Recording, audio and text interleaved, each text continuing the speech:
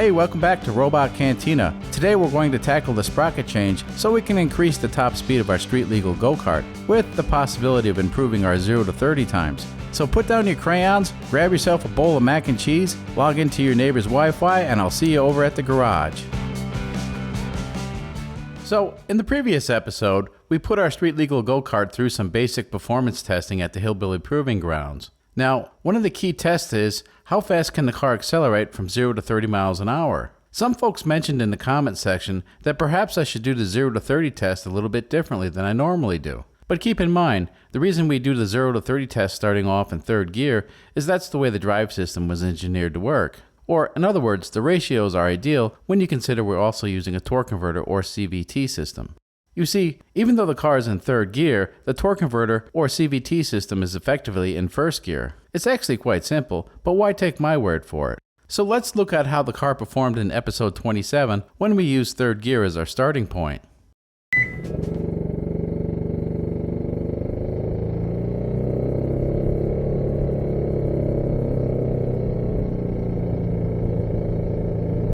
So that was pretty good as far as acceleration goes, and yeah, I realize the CVT system or torque converter can be tuned to match the engine, but keep in mind the engine's still evolving, and it would almost be pointless to start modifying the torque converter when the engine hasn't been fully tuned yet.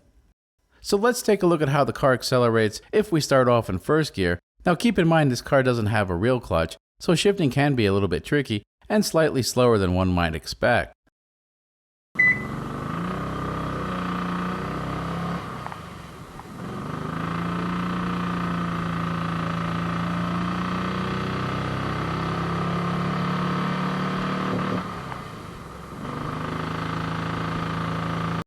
Well, as you can see, the car is significantly slower when we use the full range of the transmission, and that's because we never intended to use the lower gears. We've always counted on the torque converter to automatically ratio shift while we were in third gear. I guess some folks will not fully understand, but take my word for it, third gear is the fastest gear for accelerating. But since we're here, let's go ahead and try that again, but this time we'll start off in second gear.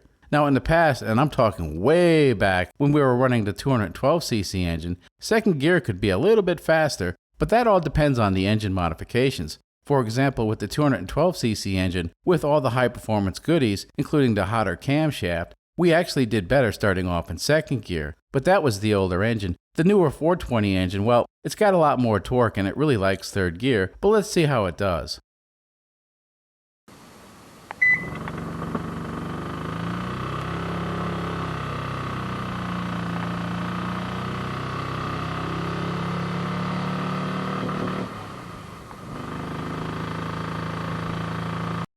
Well, again, not so good. Actually, it did a lot worse than I thought it would.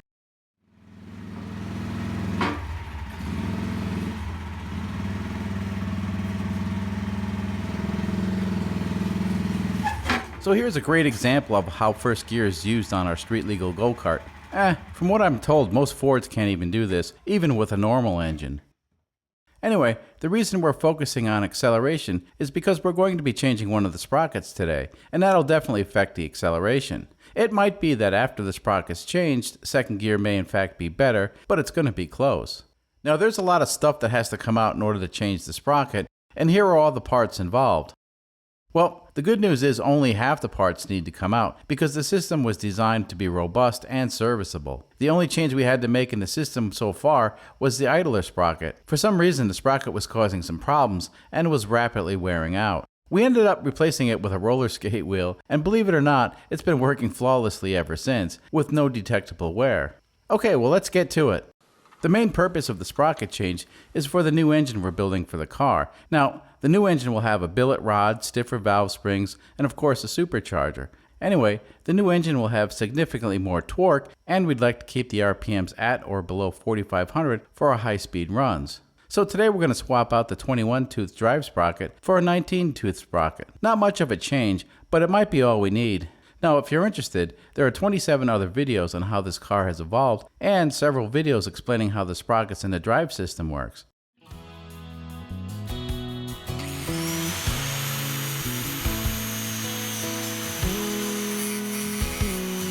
Now, a chain breaker is the right tool for a job like this, but it doesn't hurt to cheat a little bit with a grinder to get the process started.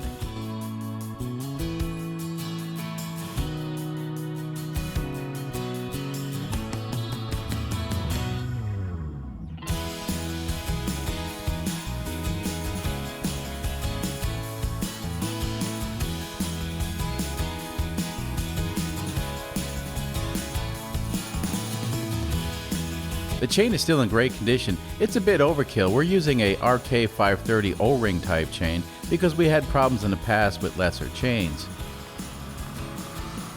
So after the sprocket change, the street legal go-kart was back on the road. We spent a few days sorting out the fuel injection and getting the car ready for a day at the Hillbilly Proving Grounds. Actually, one of the channel subscribers saw the street legal go-kart out in the wild and sent me an email. So a big shout out to Aaron in Grass Lake, Michigan.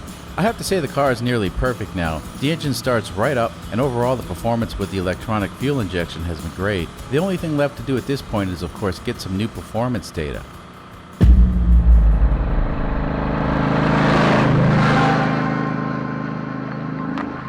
But all the fun and games stopped when my neighbor had to tow the car home with his lawnmower.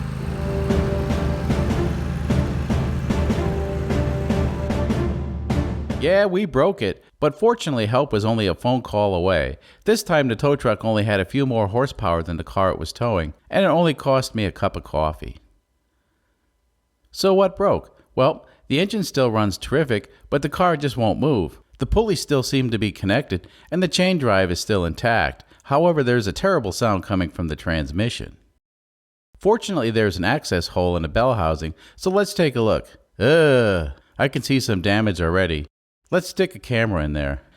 Well, the clutch hub adapter moves fine, and you can see some damage to the bolts, and there also appears to be damage to this thingy. Well, crap. It's all got to come apart, and we have to split the drive unit to see what's going on in the bell housing.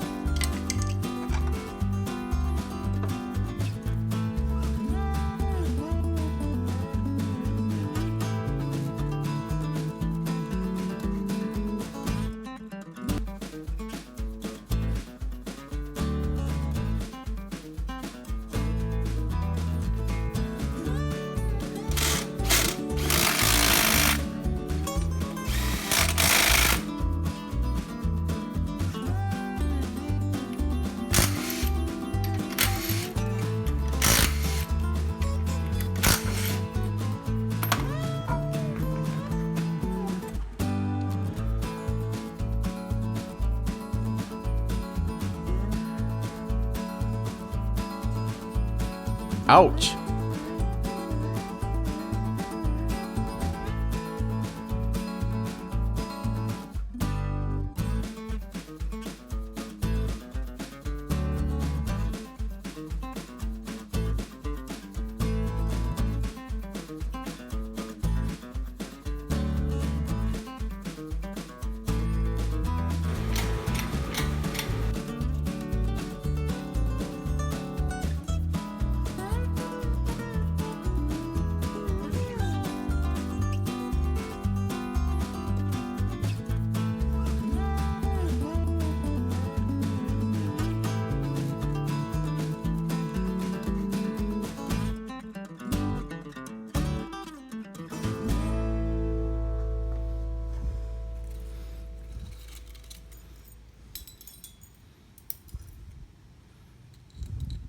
Well, I guess it could be worse. I was really worried that the input shaft on the transmission had snapped, but that seems to be fine. Actually, the transmission seems to be fine. It's a little scarred up, but nothing serious. So what was the problem? Well, the clutch hub adapter appears beat up, but the splines are still intact. So yeah, that works fine. So here's the problem. The hub must have gotten loose and started carving up the transmission case until it managed to slide off the input shaft splines. Well, that's a relief. This looks like it'll be an easy fix and we'll have the car back on the road in a few days. I guess at this point we need to figure out how and why this happened so it won't happen again. And as you know, there's always going to be a chance for disaster, no matter how many precautions are taken. However, I will say this was completely avoidable because, well, let's take a look at a screenshot from earlier in the video. Okay, so right here, the set screw is missing, and this happens to be the set screw that holds the clutch hub adapter in place. Without the screw, the hub is free to move back and forth on the input shaft. Anyway, when I was under the car swapping the sprockets, I noticed the screw was missing, but I couldn't remember if that screw actually mattered. Well, obviously it did. The likely cause for the failure was the missing screw, and of course fiddling with the sprockets, chains, and bearings and whatnot must have caused the hub to slowly start sliding into the transmission. Well, like I said, this is going to be an easy fix, and this time around I'll be sure to Loctite all the screws in place. Now here comes the real issue. Our filming schedule has taken a couple of hits this summer, and we're completely out of time. So even though we can repair the car, we're just not going to have enough time to shoot the supercharger episodes, and of course any more EFI tuning episodes. Now I realize this may come as a shock to a lot of folks, but keep in mind we've been working on this project non-stop for over a year, and everyone needs a break, especially me. Fear not, there are episodes in the pipeline, including episode 13, that'll get released as soon as they're finished being edited, so that's something to look forward to. And finally, I have an opportunity to take this channel to another level. It's going to require an enormous amount of effort off camera, but it'll be worth the wait. So the good news is, this project's not dead. It will continue where we left off, but it'll take some time. How much time? I'm really not sure. I would like to thank all you folks for tuning in. Stick around, because Season 2 of Robot Cantina will be just as crazy as Season 1. Until next time.